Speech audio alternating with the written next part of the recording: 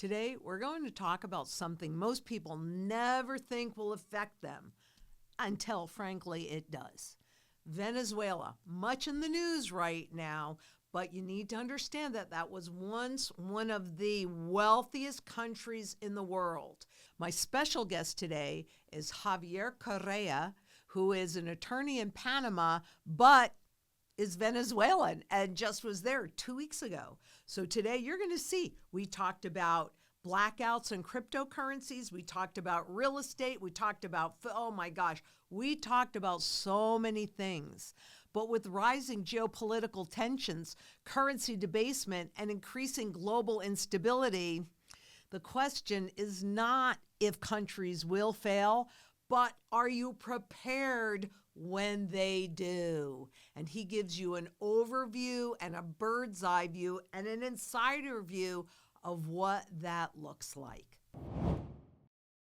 Javier, thank you so much for being with us today. I think the message that you bring, being a Venezuelan, well, originally citizen. Are you still a Venezuelan citizen? I don't know that. Yes, I still am. Well, thank you very much for the invitation. And yes, I'm still a Venezuelan citizen, Venezuelan national. I still use my Venezuelan passport to travel around the world, which really surprises people. I get by pretty well on my Venezuelan passport. I guess it just takes a little bit of legal knowledge and also the ability to always be able to explain yourself properly, have a correct business purpose, and you're usually let in, even though it's not the easiest passport to travel on these days. It's really interesting. Now, you and I met in Kuala Lumpur at the Nomad Capitalist. And that really was, for me, an incredible experience that really opened up my eyes. And unfortunately, you were not there in Panama when I was, so I didn't get to see you then. But would Correct. you explain to people what it is that you do and why you do it? Yeah, so basically, well, me individually, I am a licensed attorney in Latin America. So I ultimately decided the law was my path. I studied economics for a while, which is where I fell in love with Milton Friedman and Hayek and Mm-hmm. Mises. And again, as I was Logical. witnessing all of that, collapsing around me, and I was there, reading Mises and price theory, and I was turning around, I was like, oh, yeah, look, this is actually, the guy's right. So ultimately that was a wonderful part of my life. So I studied economics and law for a very long time. Ultimately decided to concentrate solely on law, and then I specialized in corporate and tax law. And then afterwards, when I concentrated my career in the U.S., I decided to pass the enrolled agent exam in the U.S. And well, this is where we are now. So I freelanced for a very long time. Nomad Capitalist was indeed one of my clients. And now I've recently joined a new firm called the Rothbard Group. The firm is truly specialized in cross-border U.S. Taxation with a second home market in Panama. So what we do is instead of focusing on 30 plus jurisdictions, we've really zoomed in on the two jurisdictions we believe hold the most promise. The US, for all of its faults in terms of having an aggressive tax system, in terms of not being perfect by any means, in terms of the Federal Reserve and monetary policy, and we can go on and on about how you and I both dislike the Fed, but we still at the Rothbard Group believe in American exceptionalism in terms of the American economy's ability to be a wealth generator for entrepreneurs and investors. We Entrepreneurs, believe right? the United States has the values of freedom in its veins. We believe those values have been weakened somewhat, but we still believe that the beliefs of 1776, the ideas of the founding fathers, the ideas of the U.S. Constitution are still alive and well. And if freedom has any hope in the world, the U.S. is one of those places where we believe freedom can be maintained and potentially make a huge comeback in the future Mm-hmm. because there's a huge percentage of the US population that still believes in freedom. And our contribution to that is really opening the US market to the world. We help foreign entrepreneurs and investors, a lot of English speaking entrepreneurs from Canada, Australia, the UK, New Zealand, also from Latin America. French Canadians as well. We help them access the US market. And in many cases, for what we call inbound US clients, we're able to structure their business operations in such a way where they get all the upside of the US, access to the US market, access to the US financial system without having necessarily exposure to US taxes. So that's really something that we've specialized in. And then vice versa. We believe that part of freedom in the world is helping American businesses and American companies expand overseas. Like we believe America is one of the places to be, but it's not 1950 anymore. It's not the only place to be. Now, we're not turning our back on America. I know there are a lot of people out there who say America is dead. They renounce their citizenship and they move to places like, Malaysia. We don't support that. We think that America is definitely one of the places to be, but we also embrace that the world has changed and that there are multiple places for American companies and American entrepreneurs to do business. And we have realized that there are so few tax professionals in the US that really understand how the intricacies of international tax work. And that's why we're really focused on that as a niche.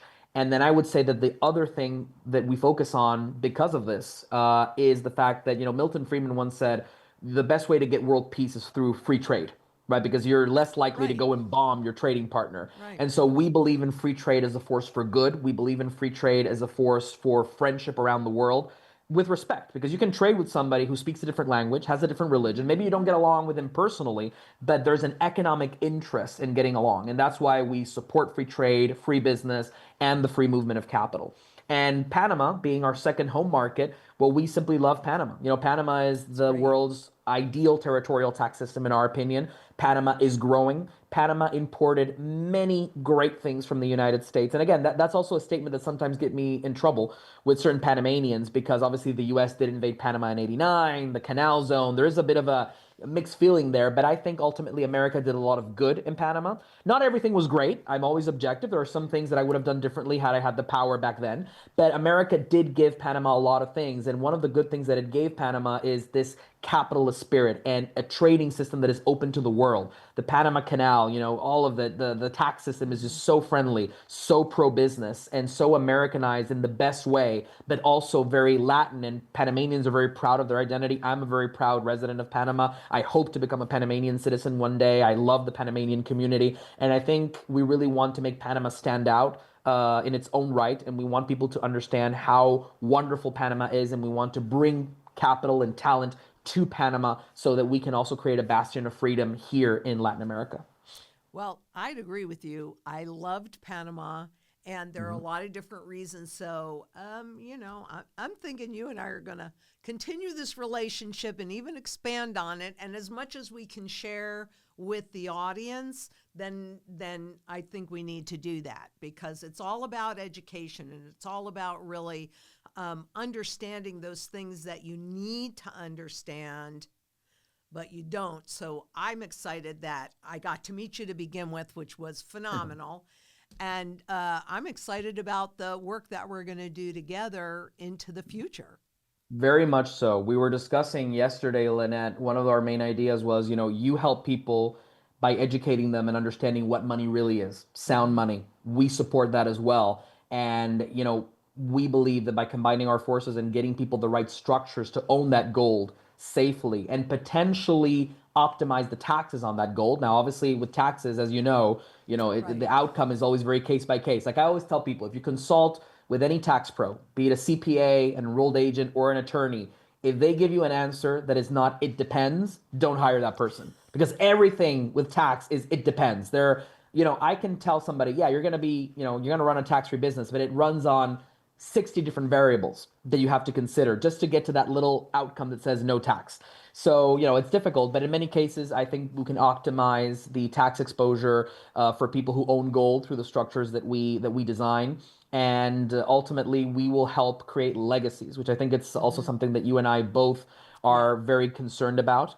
We are very pro family at the Rothbard Group. And one of the main things that we fight to preserve when we want to optimize taxes for our clients is the beauty of having a grandfather create a company and seeing that company carry on to their kids and then their grandkids. And even if it's not the company itself, the actual wealth that is generated. Venezuela is a very family business environment where people don't tend to sell. There's not a huge IPO culture in Venezuela. And so I grew up surrounded by, hearing the stories of, the family that did this and the family that did that, and people who can trace back their lineage, almost like the noble houses of Yeah. Westeros in the Song of Ice and Fire back to the 19th century. And I think optimizing for taxes and protecting yourself from inflation is what guarantees a legacy for yourself, your kids, your grandkids, and even beyond. And I think gold and taxes play a huge part of it. More gold, less taxes.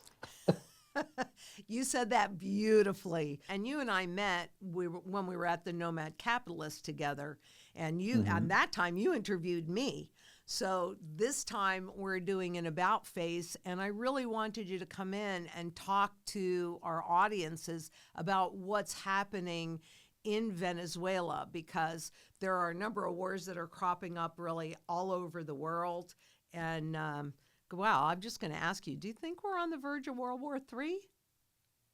Wow, World War III, I mean, yes and no.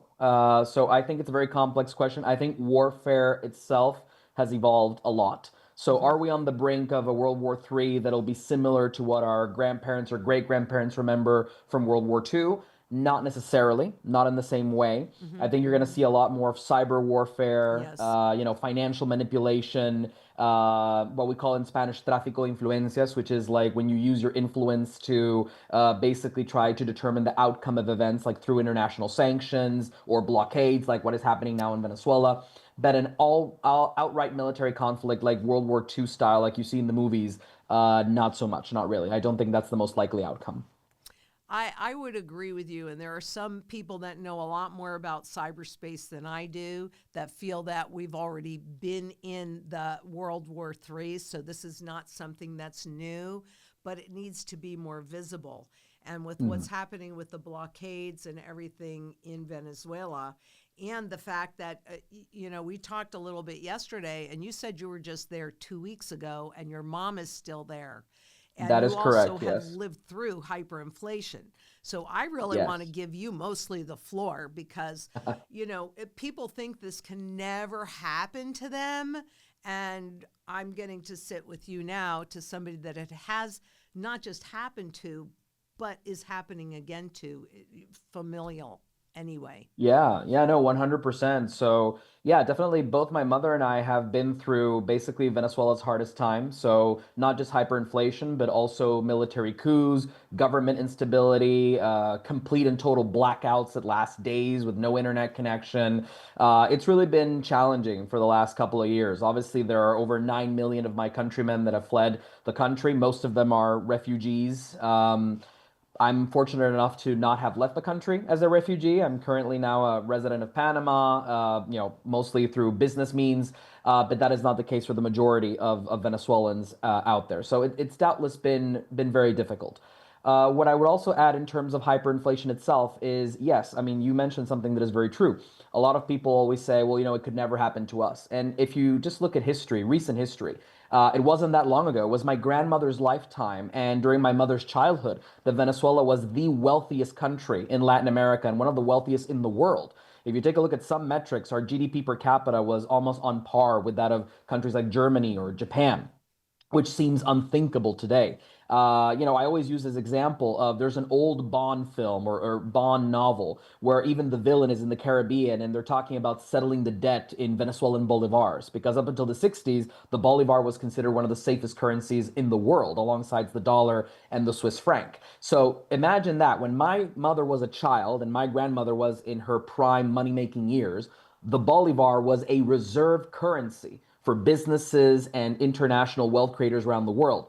And by the time I was born, the bolivar was, I guess, decent to transact in, but no longer a store of value, no longer acknowledged as such. And by the time I came into adulthood, the bolivar became essentially useless. I mean, I remember in my teen years and early adult years seeing people burning bills on the street to stay warm at night because the bills were worthless, exactly like what you would see in the Weimar Republic photographs. Now, luckily, Venezuela is warmer than Germany, so it was mostly, I guess for staying, you didn't need to burn as much, so to speak. But the fact that it was happening already shows you a lot. There are some pictures around the internet flowing around of people using bills to create basically like handmade goods that they would sell, things like purses or works of art. And so the work of art in of itself was more valuable than the actual bills used to create it. So I think that already tells you a lot about it can definitely happen to you. No currency is safe. And just like Ronald Reagan once said, true freedom and economic stability can always be one generation away from extinction. And I know that for a fact. So, can you put a little context as far as years in that so Mhm. that people can see when it happened for your grandmother and your mom, and then when you were born. Yeah. So basically, my grandmother, let's start there, was born in 1928. So she even was born before the existence of the Venezuelan central bank. So imagine that. My grandmother would remember as a child, granted, not totally into her adult years. She was about 12 years old when the Venezuelan central bank came into existence in 1940, if I'm not mistaken. And yeah, exactly, that's it. And so my grandmother would remember, she had a notion of each bank issuing its own banknotes and each bank being responsible for saying, hey, listen, we have this much reserves in gold or US dollars, which at the time was, pretty much as good as gold, or at least better than it is, much, much better than it is now. And so my grandmother had that notion, and she, even though she was not an economist, she was not a business person, but the fact that she told me these stories growing up of, hey, when I was a kid, it was this way, and that, put that into my head. It's like, wow, it doesn't necessarily have to be like it is now. So obviously, she grows up and she lives in the most prosperous time of Venezuelan history. The 1950s, 60s, and 70s, Venezuela, like I mentioned before, was the place to be. It was the wealthiest country in Latin America. Economic opportunity was definitely abundant. Venezuelans traveled abroad during those times, and we became known for a famous sentence in Spanish, which is "Está barato, dame dos." It's cheap, give me two of them, because the bolivar was so strong. People would go to Miami, even secretaries, people who are the normal middle class in Venezuela, not billionaires or millionaires, would fly to Miami for the weekend and and buy things, etc., and then come back. Now, unfortunately, I think that like many petrostates, and we should remind our viewers that Right. Venezuela has the world's largest proven oil reserves. This is more than Saudi Arabia, more than Iran by far. Like people have this image in their heads of oil equals Middle East, but Venezuela Right. just is incredibly more resource rich than the Middle East because there's oil, number one in the world, natural gas by some poorly made estimates by Chevron, which is the only major US company Right. left in Venezuela right now, is third or fourth in the world. And again, this is poorly measured, and we're already third or fourth in the world.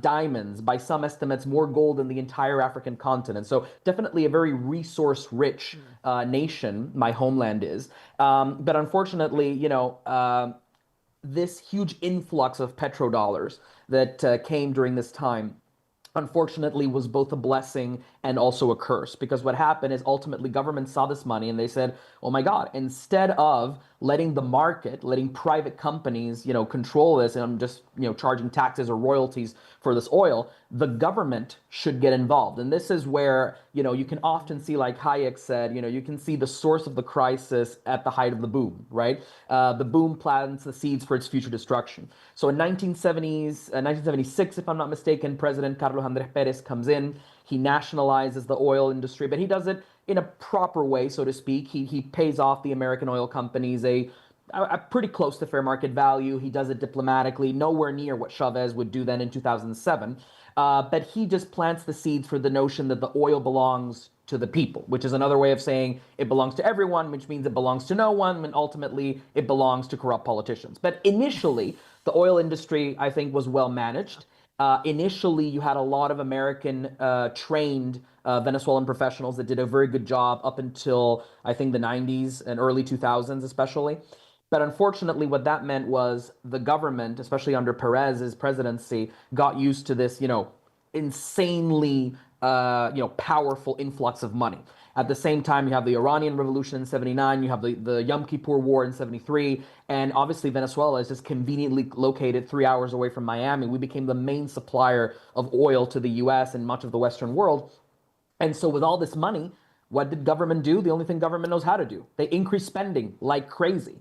And a lot of that spending went into social programs. So it was very common at that time for Venezuelan young professionals to be given full scholarships to go to universities like Harvard or Yale or Stanford or the Sorbonne in Paris. The Venezuelan government would pay the full tuition and give you more money to stay there. I mean, it was incredible in terms of the people who got to take advantage of those opportunities. But in my opinion, as somebody who supports the Austrian School of Economics, it wasn't the proper way to allocate those resources because it wasn't the market doing it. It was the government, Right. and ultimately it's a handout like anything else. Mm-hmm. So this leads us to, unfortunately, the 1980s. 1983 is when the party stops. That's when the music stops. Black Friday. My mom was living in the US at the time. She was studying English and taking some courses at New Mexico State University. And she remembers the phone call from my grandmother saying, we will not be able to send you the same amount of money because the new president has just informed us that basically we've been artificially living beyond our means. We've borrowed to the hilt, and we have to devalue the currency. Which is time and time again what happens. So the currency gets Yes. devalued, it goes up, more than doubles, and then it's a downward spiral from there. 1989 Caracazo, which is a huge civil uprising because of costs going up. Then Perez comes back in the 1990s. He tries to make an economic shift. They call it in Spanish el gran viraje. And he brings in a lot of technocrats, people who were trained at top universities in the US to help him steer the economy more into a free market style, more like what happened in Chile, of course, under Pinochet's regime, so to speak. Obviously, I can't speak to any of the human rights violations or anything like that, but in terms of economics, I do believe certain things were done correctly, and I do want to emphasize that separation between what was the policy in terms of human rights and political freedoms versus the economic policy changes. I think that you have to objectively separate both. But so Venezuela attempted to do this. There was some waves of privatizations which were relatively well managed. But then there's the coup of Chavez in 92. My mother lived through that as well. I have a ton of stories of that as well if you want to hear those. And then 98, after being pardoned by another president, Chavez uses democracy. He gets elected. And then it's a downward spiral from there. 2002, there's a CIA-backed coup, takes Chavez out of power for 3 days. But then he comes back and he essentially takes over the military, takes over the oil industry, and that's where the huge waves of nationalization start, and then, downward spiral from there. Obviously, there are a lot more things that occur in the 2000s, but just for oversimplification, that's where, the Venezuelan economy really turns more socialist, and that's where, you have full government expansion, and inflation gets even worse, and checks and balances essentially slowly but surely disappear. So, were you born in Venezuela? I was born and raised in Venezuela, yes. What year? 96. 96. Okay. Mhm. So, in that period of time, because this is really all, we think it can't happen, but look at this. Venezuela went from one of the wealthiest countries in the world into a hyperinflation because of government spending. I don't know. Doesn't that sound kind of familiar everywhere? Yeah, all the Right. way back to the Roman Empire, to ancient Greece. You see when even Roman emperors or Greek leaders of the city-states, they would debase the coins. They would slowly erode the content of silver or gold on the coins. It would ultimately lead to inflation. Right. And the fact that people don't understand that it's always the same thing. They always want to blame the greedy businessmen that are increasing the prices. But like Hayek said and like Milton Friedman said, inflation is a monetary phenomenon. You control the money supply, you control inflation. Yeah. Well, it's a fee. It's actually not a monetary phenomenon when you're on a gold and silver standard, when you've got When it's something true that money. creates those restrictions. It is Correct. a fiat money phenomenon when you can just you can just print and print and print and print, right? Correct. So Correct. it's really interesting. We also talked about you were just in Venezuela 2 weeks ago. Yes, I was. Yes, I was. I was actually on one of the last flights to leave Caracas International Airport with Copa Airlines. So, for people who maybe are not aware of the full situation, so President Trump unilaterally declared Venezuelan airspace closed. Now, as an attorney, I can then debate whether or not that's legal within, the framework of international public law. But the fact of the matter is, when you're the president of the most powerful country in the world and you have the world's most powerful military essentially under your command, right? You're the commander in chief of the most powerful military on earth. People are going to listen to you. And that caused essentially 99% of airlines to say, we will not fly to Venezuela. Copa Airlines from Panama, which happens to be my main airline, so luckily, I was spared a bit, hung on for the longest compared to other foreign airlines. They have only recently decided to suspend air travel to Venezuela, or to Caracas rather, until early January, but they say they are coming back, and they have resumed flights to some secondary flights in Venezuela further away from where the American fleet is now, I guess, stationed or anchored. Hmm. So yeah, I was in one of the last flights of Copa, and you cannot imagine the post-apocalyptic movie feeling you get when you're at an international airport. Imagine a terminal, a huge terminal. And you walk in, you do immigration, you do everything, you check into your flight, and your flight is practically the only international flight leaving It's in the crazy. entire airport. One aircraft there, basically. There were a couple of domestic flights, a couple of government planes. I mean, just to give, as accurate a picture as possible, but you were the only major international flight departing. You were there with, let's say, 100 people on board, and that's it. And then the rest of the airport is like a ghost town, like Zombieland type. It's And, that's just crazy. crazy. Wow. So let's go back to when you were there. What was the Hmm. feeling on the ground? Because we know what's happening in the political scene, or Hmm. we know some of what's happening in the political scene, but what really impacts, how does that impact the average person there? What are their feelings? What are they experiencing right now? Well, I think it really depends on who you talk to, right? I think there's a lot of hope on the part of the old Venezuelan elite, right? There's a way we kind of call them in Venezuela. It's called Los Amos del Valle in Spanish, which is would be translated as the masters of the valley. These are the people who held a lot of power and a lot of money before Chavez, people who can trace their wealth back to the Fourth Republic and even beyond. And so I think that the country club scene, which is these people, are quite enthusiastic about a U.S. military intervention. Keep in mind, Maria Corina Machado, the Venezuelan opposition leader, is, a member of one of these families. She comes from a very wealthy background. Her family businesses, in many cases, were confiscated, nationalized, or I should even say, in many cases, stolen because, proper indemnization was not paid by the Chavez government. And so I think that a lot of Venezuelan elites are just eager to see one of their own come back to power. Now, beyond the elite circles, I think the average Venezuelan, I mean, I think their opinion has evolved over time. It's obviously very difficult to pinpoint because I've been in Caracas. I grew up in Caracas. I live there. I haven't been to areas outside the capital recently.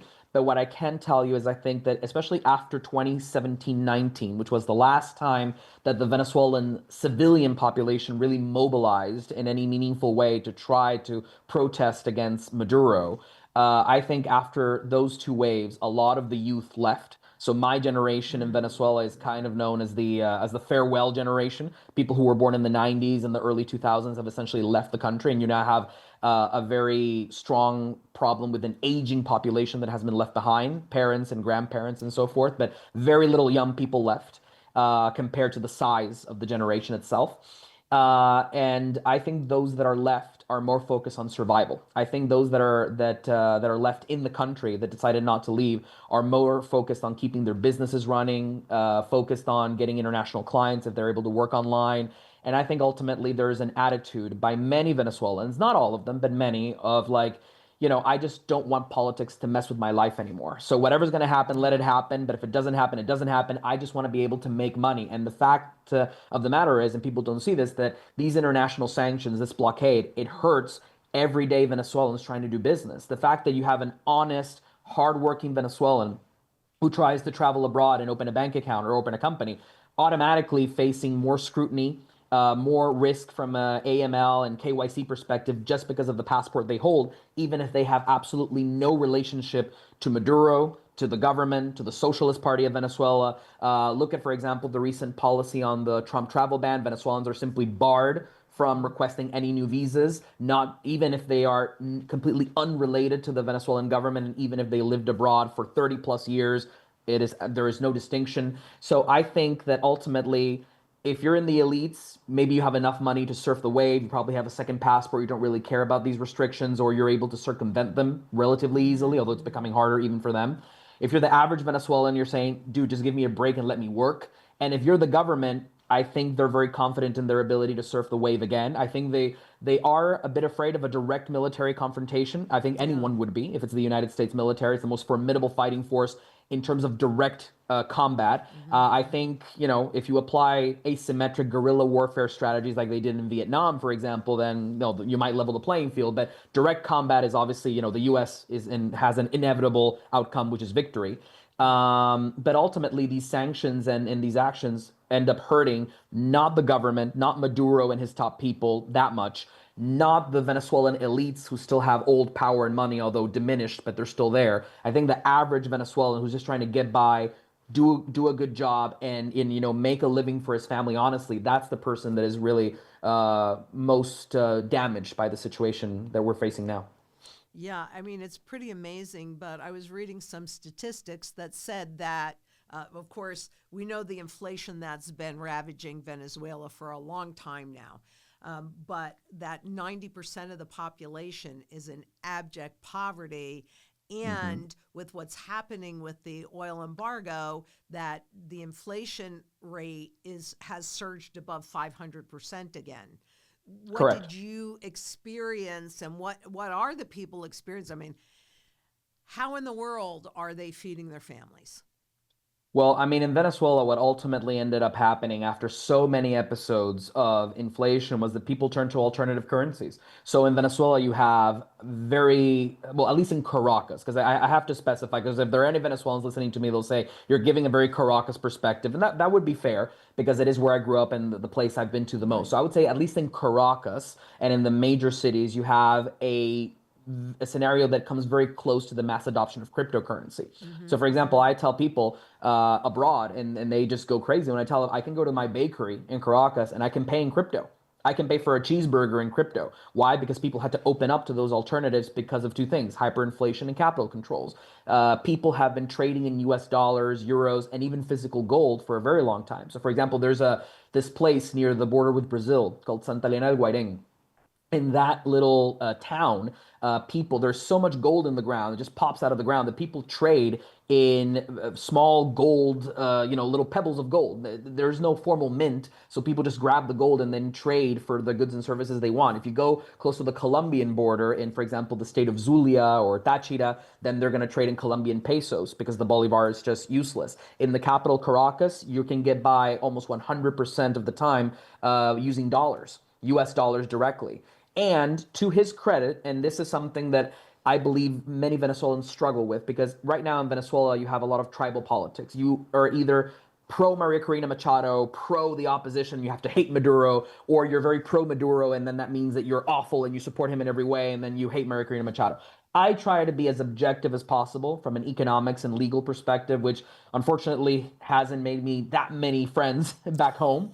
But objectively speaking, Maduro, for example, I think did acknowledge this. And that's why in 2018, he did modify certain laws and he made certain monetary policy more flexible, allowing people to actually transact in foreign currency, which did bring about some stability, particularly when those policies overlapped with the Biden era relaxation of sanctions. You Mm-hmm. did see Mm-hmm. a restabilization to a degree. To a I'm degree. not saying that where there was huge economic recovery. I'm not saying the average Venezuelan became wealthy again by any means, but there was a stability. Inflation came under control. There were a bit more job opportunities. The dollarization or the access to dollar denominated income actually reached the lower segments of the workforce. So even, for example, people who are housekeepers and drivers and food delivery guys who are not particularly sophisticated or doing business internationally, they had access to dollars. And you did see in their attitudes and their spending patterns a slight improvement. Now, Donald Trump comes back in, sanctions are put back into place, the embargo, especially even during the late Biden term when the elections of 2024 took place, and then Mm-hmm. allegedly Maduro stole those elections. That's not for me to say. That's for another discussion. But because of that, then many restrictions were put back into place, and unfortunately, that has hurt a lot of average day Venezuelans. So you're seeing huge inflation. How are people feeding their families? I mean, they do what they can. A lot of people in the rural areas grow their own food, Right. and they've started to do their own thing locally. And a lot of people are just doing two, three jobs. They're hoping to get at least dollarized income so to be able to purchase food. And so forth. But yeah, it's been a wild ride. Like I remember the 1 million% inflation times growing up. So definitely very strong. What was that like? You just brought up the 1 million% inflation times, and unfortunately, I mean, that is clearly hyperinflation. But Mhm. what was that like? Because personally, I think that we're going to experience that here, all over the What was world, that really. like? Well, a lot of people were desperate at the time. Imagine playing a game of hot potato with money. I remember you getting paid, for example, in local currency, and the first thing you wanted to do was go and spend it. So that meant that, you were holding on to worthless pieces of paper and you had to go and spend it on anything, even things that you did not need. And so people turned to, even buying liquor, cell phones, more clothes, shoes, anything that could help preserve their value. Obviously, more sophisticated people would, convert their bolivars to US dollars or would buy gold. But then what really happened that was terrible in the Venezuelan case is that remember that on top of hyperinflation, we were hit with capital controls. So people could Right. not really, wire their money out of the country.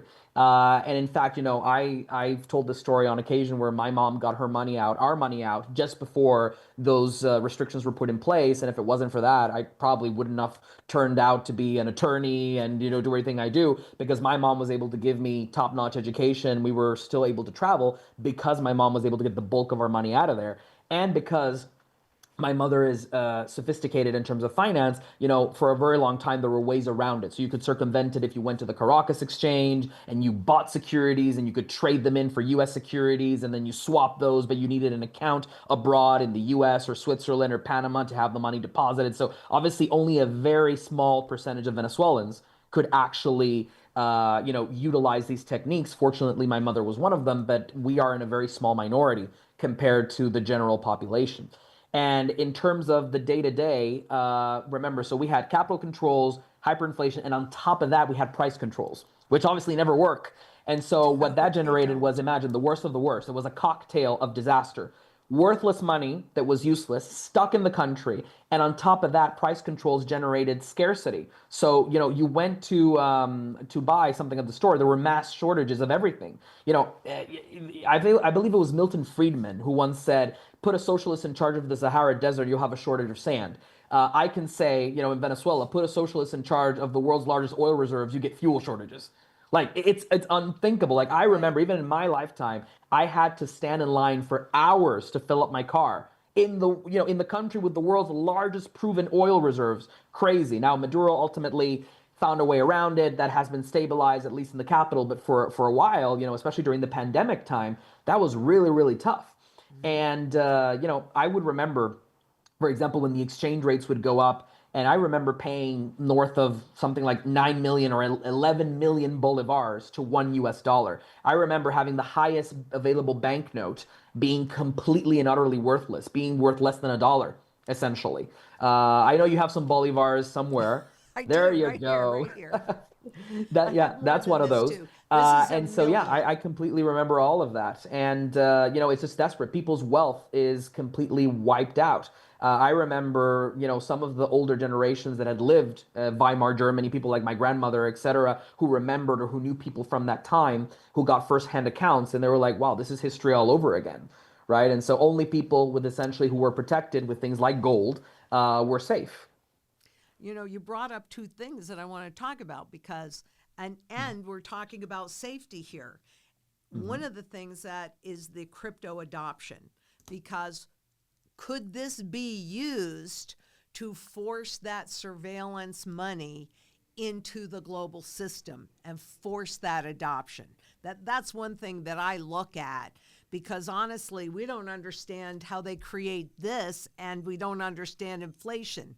The algorithms for the cryptocurrencies, I'm not that kind of, I'm not an engineer, period, and certainly that kind of an engineer. So it is forcing adoption, which I think is really interesting, but also the stock exchange, right? Because people see the stock exchange going up, and it did. I think your stock exchange 2012, 13, 14, and maybe 15 as well were the best performing stock exchanges in the world as you were experiencing hyperinflation. I don't remember the exact data for the early 2010s, but what I can tell you is that even in recent years, because you have essentially a pool of bolivars looking where to go, and because Mm-hmm. that was combined in recent years with Maduro realizing, hey, we can't be full on socialists. And I don't think, and again, it's like with the comment with Pinochet. Does that mean that I think everything Maduro does is wonderful? No, for God's sakes, I Mm-mm. support the Austrian School of Economics. But I do give the man credit for at least having realized that to an extent he needs to let markets operate. kind of like the new economic policy during the Soviet Union, where they said, okay, we're still the Soviet Union, but you're allowed to grow your own crops, and to an extent you can sell it to your neighbors, stuff like that. And in 2018, when he said, okay, you know what, you want to trade in dollars, do dollars, you want to trade in crypto, do crypto, he also revived the stock market a bit. After years of restrictions under Chavez, he said, you know what, businesses need to raise money. The few private businesses that have survived this complete chaos, I will give them a break. And so he did loosen some of the restrictions on the Caracas exchange. And so in recent years, you have seen a roaring comeback. But to your earlier point, not necessarily because the companies are more productive, although I do have certain stock picks personally that I like on the Caracas exchange, because I do think that there are still genuinely very good businesses that even export to the world, and people do not imagine that they're actually operating from Venezuela. But other than those unicorns, in general, stocks are going up just because people are desperate and they put the money in. And in Venezuela, you have a lot of money concentrated in very few hands. So you have the old Venezuelan money that still has assets in Venezuela and they're stuck. And then you have new money from people that are associated to the Venezuelan government who have a very difficult time doing business internationally because of the sanctions. And so what they do is they reinvest it all in Venezuela, and that has generated huge bubbles whereby stocks are going up. And you have phenomena like, you go to Caracas, to this place called Las Mercedes, which is kind of like the equivalent of Brickell in Caracas, and you have a Ferrari store. You have a Carolina Herrera store. You have people going to have steak for $200. Obviously, it's less than 1% of the population overall. But the fact of the matter that it exists, and you're paying Dubai level prices for these luxury services in Caracas, shows that the money is there. It just needs somewhere to go. And then I do believe that, like with any socialist experiment, there's a mass redistribution of wealth, whereby wealth ends up in a very small minority at the top, and those people become exceedingly wealthy, and they need to put their money somewhere. Well, but I want to talk about the overnight reset, because I know people are wondering about that. And in Venezuela, there have been, in recent history, 6 overnight resets in Venezuela. Yes. So did you live through, I know your mom did because she's still there, but did you live through any of those resets? And what was that experience like for you? Yeah, basically all of them. I mean, my understanding, when you're talking about the resets, when they essentially eliminated the zeros from the currencies and they just they reestablished all prices arbitrarily. So yeah, I mean, basically, what did that show me as somebody who loves the Austrian School of Economics, who was studying Friedman, Hayek, Mises at the time, and was seeing this in action? It was incredible, because it was Chavez and then Maduro, to a lesser extent, who came in and said, you know what, by presidential decree, the government is ordering the prices to change. But, economics and the market always catches up. And so ultimately, even if you took the zeros away just to make it, more aesthetic, so to speak, the result was the same. Prices went up. You had something that cost 1,000,000 bolivars. You take 6 zeros away. Now it's 1 bolivar. Oh, it looks better. But then ultimately, what did people do? Oh, 1 bolivar. Okay, so now I'm going to charge 1.5, because it doesn't look as traumatic as 1.5 million. So I'm going to charge 1.5 bolivars. But because it was just a presidential decree eliminating zeros, there was no real monetary change. They changed the form, but not the substance. The same harm came to people in terms of purchasing power. And that's when, people with life savings. Just to give you an example, during one of those conversions, we calculated my grandmother's pension. Unfortunately, she had my mother and I to sustain her financially. So she lived, up until her very last moments very comfortably. But imagine this, her government pension for having worked her entire life. So for somebody watching this in the US, imagine your elderly grandparent having their Social Security check. And imagine that Social Security check going down from, let's say, over $1,000 to at one point being as little as $2.5. Not 25, not 250, $2.5 for the entire month. Like, at one point, all my grandmother did was just laugh, what that income was. But imagine so many elderly people in Venezuela have been stuck in that situation and not having family members like my grandmother was fortunate enough to have, that were earning dollars, working internationally, etc. A lot of elderly people in Venezuela just were not able to survive. Wow. So that's depopulation. I mean, A I hate to lot. say I mean, it, a but lot of people, there is a reason why it's called the Maduro diet, because people literally lost weight for not being able to eat.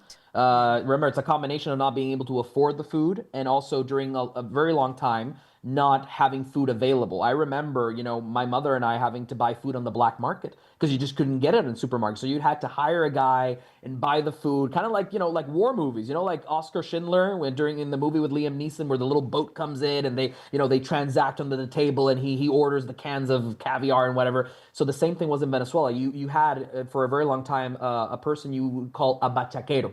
There is no exact translation for that word, but that word was your black market contact. So your bachaquero was your guy who coordinated and who knew the people who drove the trucks and the supermarkets and whatever, and he would prepare these little like food boxes for you. You would pay him under the table discreetly, and you would get more food because otherwise the government would tell you with your identity card you get this many kilos of bread, or this many loaves of bread. You get this many bananas, this many that. Not all products were regulated, but the essential ones were. So rice, flour, which was the word I was looking for earlier, bread, all of that.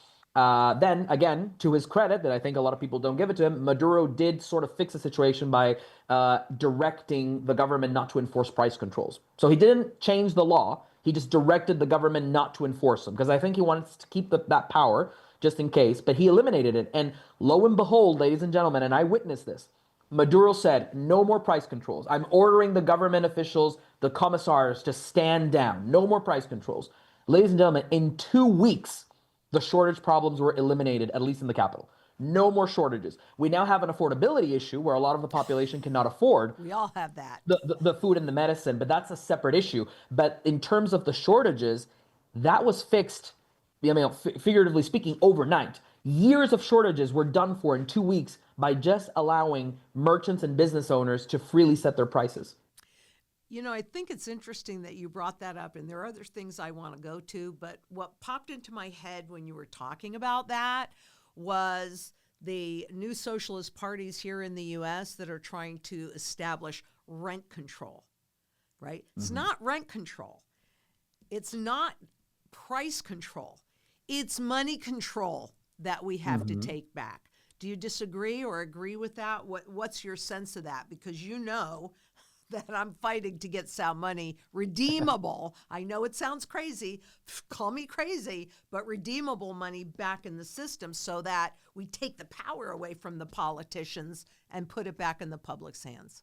Listen, I think it's not crazy at all what you're saying. And I think for most of human history, if you look at it, and you know about this more than I do, but I think history's on your side here. I mean, gold and silver emerged naturally as the choice for storage of value, medium of exchange, really everything that makes a currency, unit of account, whatever you call it, because they possess the natural properties. I mean, forged in the heart of a dying star, it's basically the universe's money, God's money, and it comes down to us. And no government centrally planned alternative has ever come close to it. I know you're skeptical about crypto. I am not so sure crypto is necessarily all that evil. I am, as an attorney, I love precedent. And when I look at gold and I see 5,000 years of precedent, that gives me a lot of security and safety, whereas crypto is, barely making it to 20 years, in 2029, yeah, because Bitcoin was launched in '09. So I have a lot more faith in gold than I do in crypto, but I wouldn't write crypto off just yet. But my point is, yes, I think with sound money comes economic growth. I think with sound money comes stability and security. And ultimately, for those of us who believe in supply side economics, supply creates demand. And supply comes from investment, and investment comes from savings. So rather than focusing on people, spending, which is what unfortunately a lot of the Keynesian economists will want you to do, and it has unfortunately been the policy of the United States for I believe at least my lifetime, focus on consumer spending and consumer spending.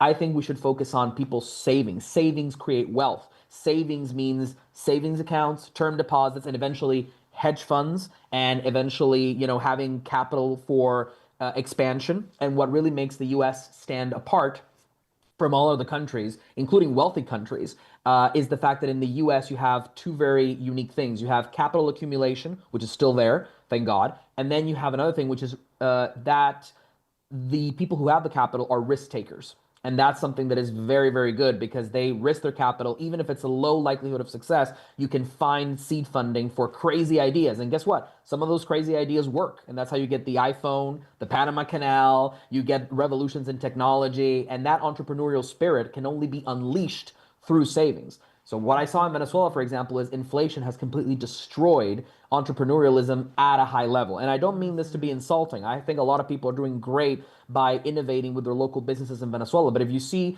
what dominates entrepreneurial activity in Venezuela, it's essentially food and medical services. It's the essentials. It's survival. It's It's the the bottom of essentials. the Maslow pyramid. There is not enough market to develop anything deeper. Even look at me. I had to look at the international market. I was initially not closed to working in Venezuela. And if there are Venezuelans out there who want to work together, that's fine. I mean, I'm super open to it. But the ultimate reality is when people are worried about their next meal, they're not really focused on hiring an attorney for tax planning and, international expansion, which is what I do through the Rothbard Group. So, I've really seen it. In Venezuela, it's survival, it's day to day. And that means the entrepreneurial activity also reflects that. It's day to day survival. Like I said, it's food, it's medicine, it's essential needs, and it's day to day survival. Right.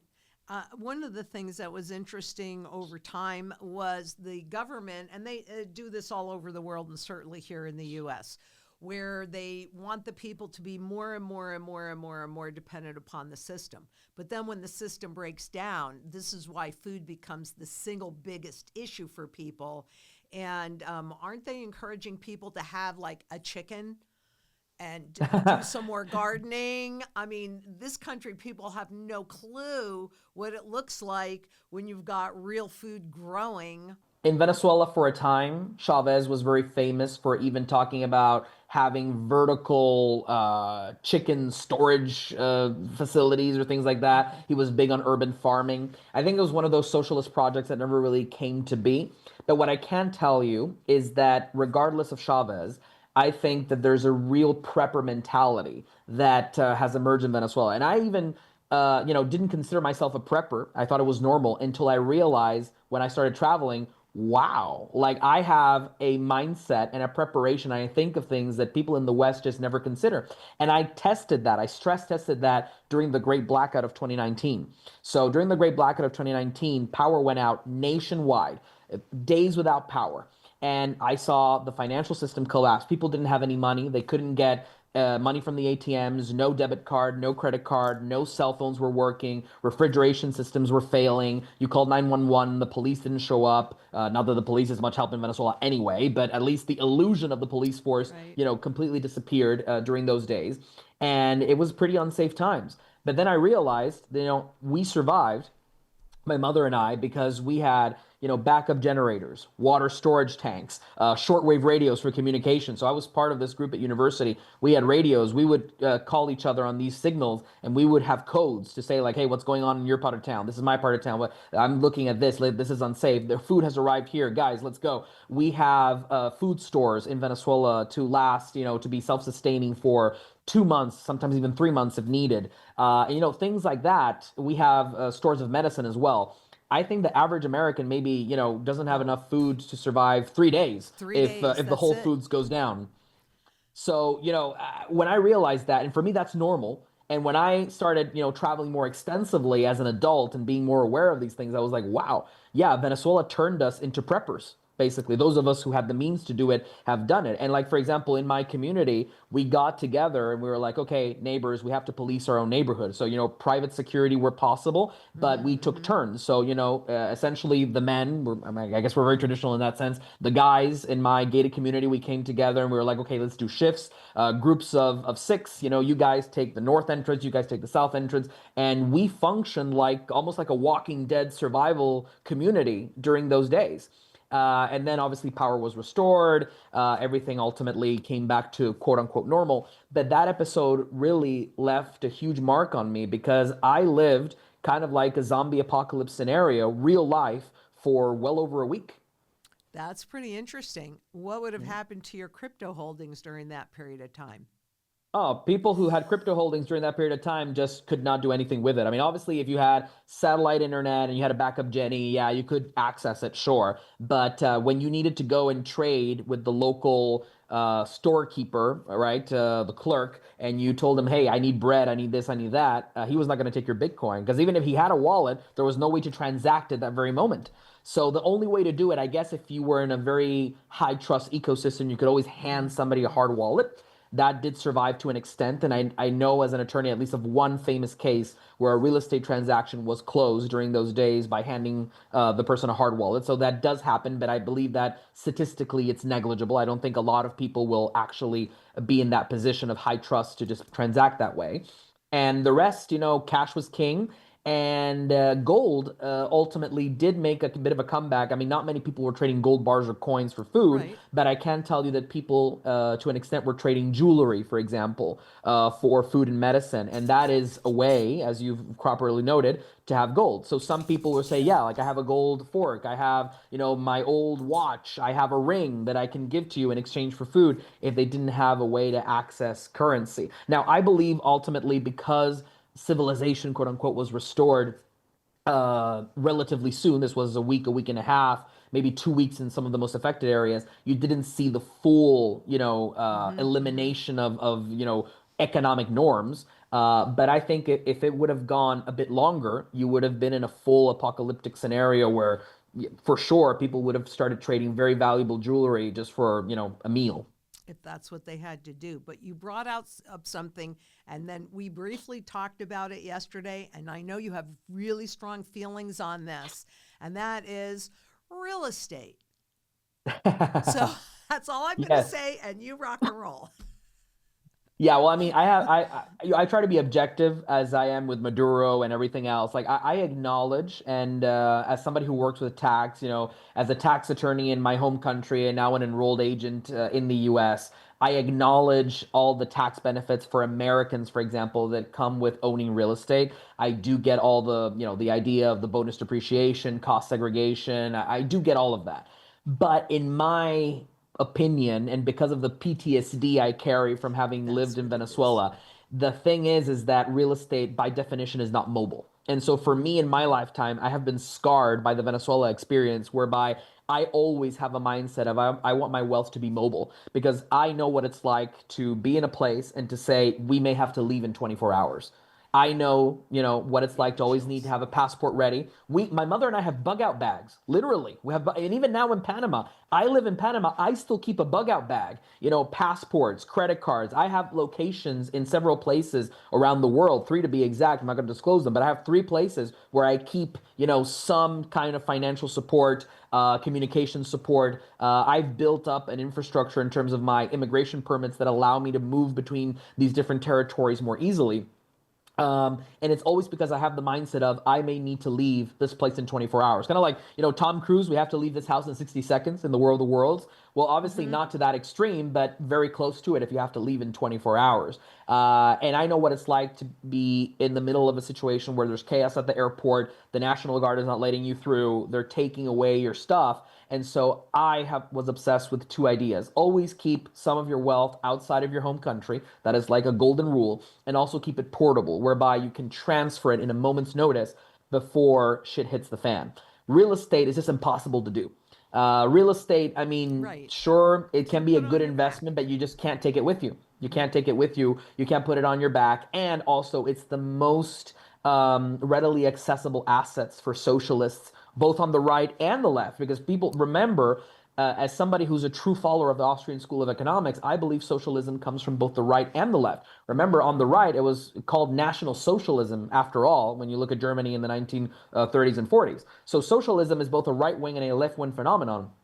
And so for me, the fact that real estate is so easily seizable is a problem. I remember growing up seeing Chavez, and he would walk on the street with his socialist, entourage, and he would just point to a building and say, "Oh, what is this?" And they would say, "Commander." They called him El Comandante, the commander. They say, "Oh, Commander, that building, belongs to the whatever family. It's been in their possession for 100 years. They're greedy, evil, bourgeois capitalists." And the only thing he would say is, "All right, expropiese." He would say, "Expropriate." And so the National Guard would come in, they would get into the building, and to this day, there are people who have not been able to get their property back. To this day, there have been people who have Mm-hmm. not been Mm-hmm. properly paid for that Mm-hmm. property. Because obviously, when I say this, a lot of Americans will say, well, Javier, here we also have eminent domain. Yeah, but in the US, eminent domain, in the vast majority of cases, you're compensated, right? At least you can Well, debate on whether the compensation is truly fair market value or right. not, but you're not walking away empty handed. In Venezuela, you walked away empty handed. And again, Mm-hmm. Mm-hmm. and I know a lot of people in Venezuela are going to hate me for saying this, but to his credit, Maduro has made small efforts. I'm not saying it's tremendous, but small efforts in giving some of the property back. He's given back mostly industrial property to some of their owners. Now, there have been isolated cases. It's not a massive phenomenon. I'm not saying the guy is like, turning everything on its side and has become a libertarian economics guy, but at least I think he made certain decisions that slightly, turn Venezuela into the right direction. In fact, there's even a slight pickup in Venezuelan economic freedom, ever so slightly, but it's there. And I think that's attributable to at least the limited good decisions that Maduro has been able to make in terms of economics. I think because his hand was forced, but ultimately the result is the same. Well, I mean, redeemable gold can force a lot of hands. That's why it's that 100%. important. That's why it's that important. Thank you so much. And this has been phenomenal. And it's just well, actually, I guess the second, because we did do an interview in Kuala Lumpur. Yes. But there will be many more to come. And I'm excited to see how you can help Zang Enterprises make some additions and some shifts. And don't worry, guys, I'm not leaving the U.S., but we are a global corporation, and we want to bring information to everybody. And so this is definitely having somebody this brilliant work with us and vice versa. I think that's how you grow Thank you. community. It is an absolute honor, Lynette, to be on your channel. Thank you so much. And definitely, we need to expand you. I think you loved Panama, and listen, you can stay in the U.S. and also have a foot in Panama. We can work on a special kind of visa for you, get you top level entry. And hey, I know a lot of people here in Panama. They haven't been through the same tough times as Venezuela has, but Panama definitely remembers harder times. And so I think there would be a huge market for gold. And together, Panama and the U.S. can increase their freedom by increasing the access to the gold education you provide. Oh, absolutely. And we've established with some vaults there. So I mean, we're setting things up, and I appreciate it, and I appreciate you. Thank you so much. Now, before we leave, is there anything that you want to bring out to our viewers that we haven't, because we've covered a lot today. So is there anything else that you want to bring out? We will have all of the links and access to you below. So everybody, I mean, and definitely you started your YouTube channel, so that'll be growing. There'll be great things that are coming on that. So go ahead and we'll have that below for the viewers. But is there any last words that you want to say today? Not last words permanently, but just today. My God, yeah, I was like, any last word? Well, Lynette, thank you so much for having me on today. And on top of that, my message to everyone, to your viewers, and to anyone who's starting to explore this world of asset protection, gold, tax optimization, know that governments have made it difficult. Both the right and the left have made it difficult so that you can't leave the matrix, so that you don't have a choice.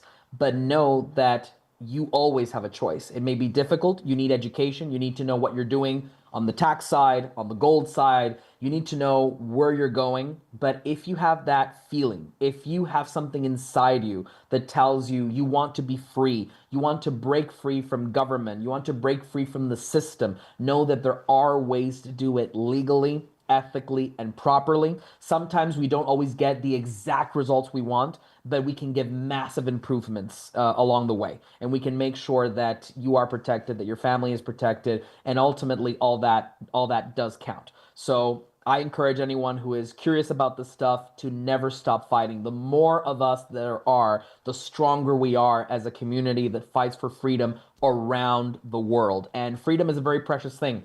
I saw it go extinct in Venezuela. I saw how tiny increases in economic freedom with Maduro made a huge difference in the economy.